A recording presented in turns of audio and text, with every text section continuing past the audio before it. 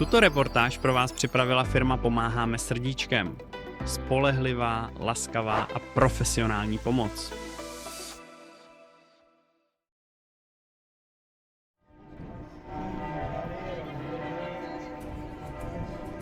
Od roku 1990 se Plzeň každoročně v květnu pomyslně vrací do roku 1945.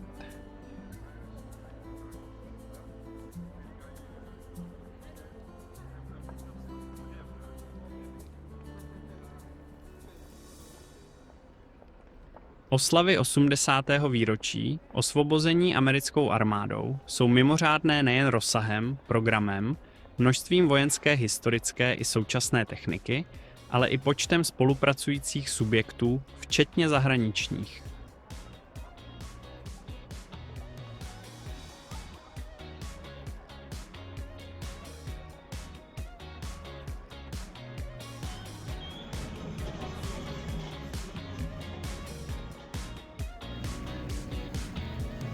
Do města dorazilo přes 1000 nadšenců v dobových uniformách. Kromě Spojených států pocházejí například z Polska, Slovenska, Francie, Maďarska, paradoxně ale také z Německa.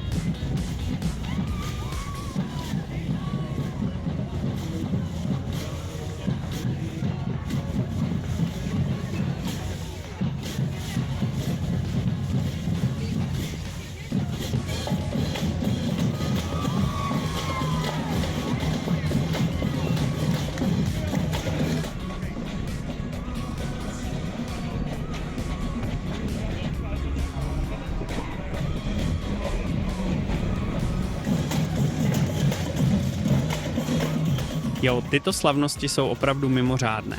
Užívejte si je, program je bohatý, těším se na vás. Vyzval Plzeňany primátor Roman Zarzický.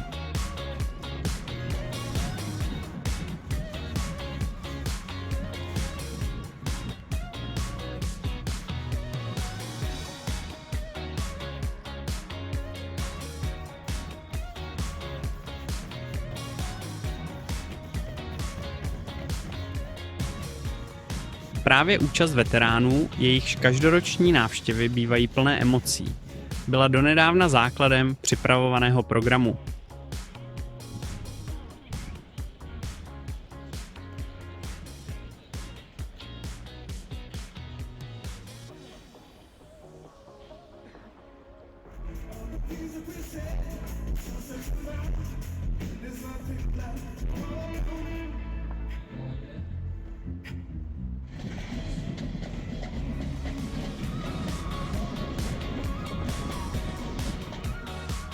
Osmdesáté výročí osvobození patří mezi hlavní události roku 2025.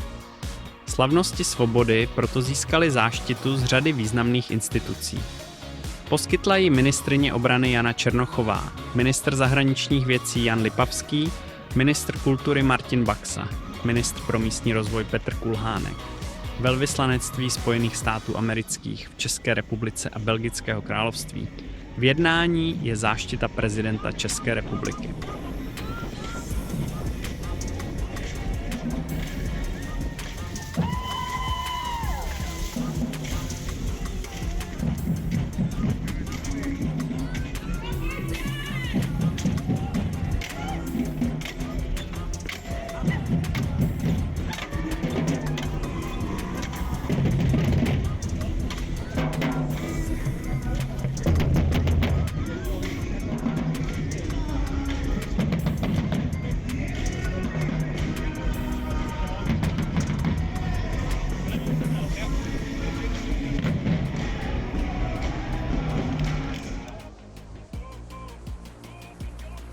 Už 35 let k Plzni patří slavnosti svobody.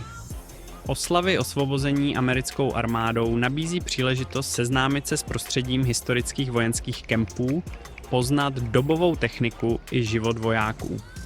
Město navštěvují desítky potomků veteránů z USA a Belgie, kteří se podíleli na osvobození západních Čech, a stovky majitelů vojenské historické techniky.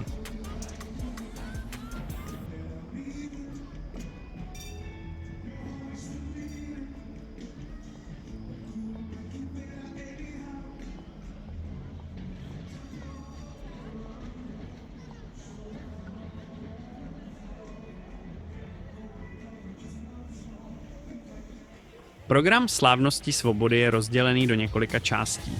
Jedná se o pravidelně se opakující akce, například konvoj vojenských historických vozidel, vzpomínková setkání u památníků druhé světové války nebo beseda s veterány. Dílčí projekty jednotlivých klubů vojenské historie nabízí nová a zajímavá pojetí historie, spojená s prezentací dobové vojenské techniky, zbraní, vojenských činností. Některé z projektů přesahují hranice jednotlivých ročníků a kontinuálně pokračují. V programu oslav se objevují také atraktivní novinky, které přilákají nové návštěvníky a nabízí program pro celou rodinu.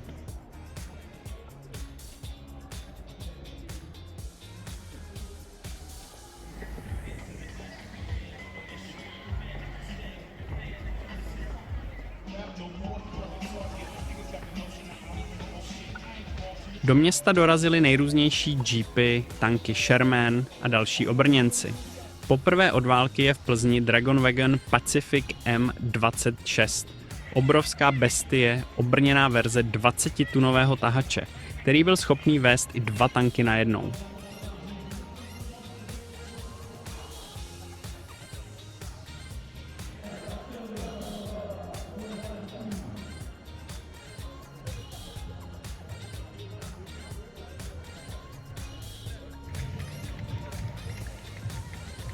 Po 10. se letos koná běh pro paměť národa a v Plzni to je po 3., co se běželo v rámci Slavnosti svobody, tentokrát se startem v Kopeckých osadech. Celkem se do běhu na 5,5 a 1 kilometr zapojilo téměř 1000 běžců. Mezi nimi například biskup plzeňský Tomáš Holub nebo náčelník generálního štábu armády České republiky Karel Řehka. Kilometrového běhu pro každého se zúčastnili i členové rodin amerických a belgických válečných veteránů.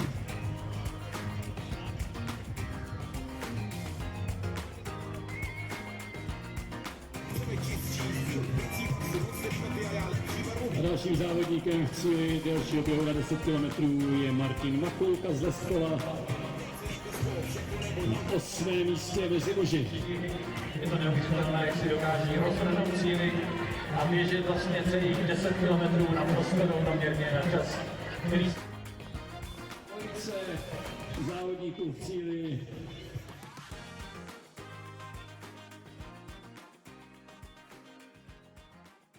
Slavnosti svobody 2025 připravila organizace Pomáháme srdíčkem.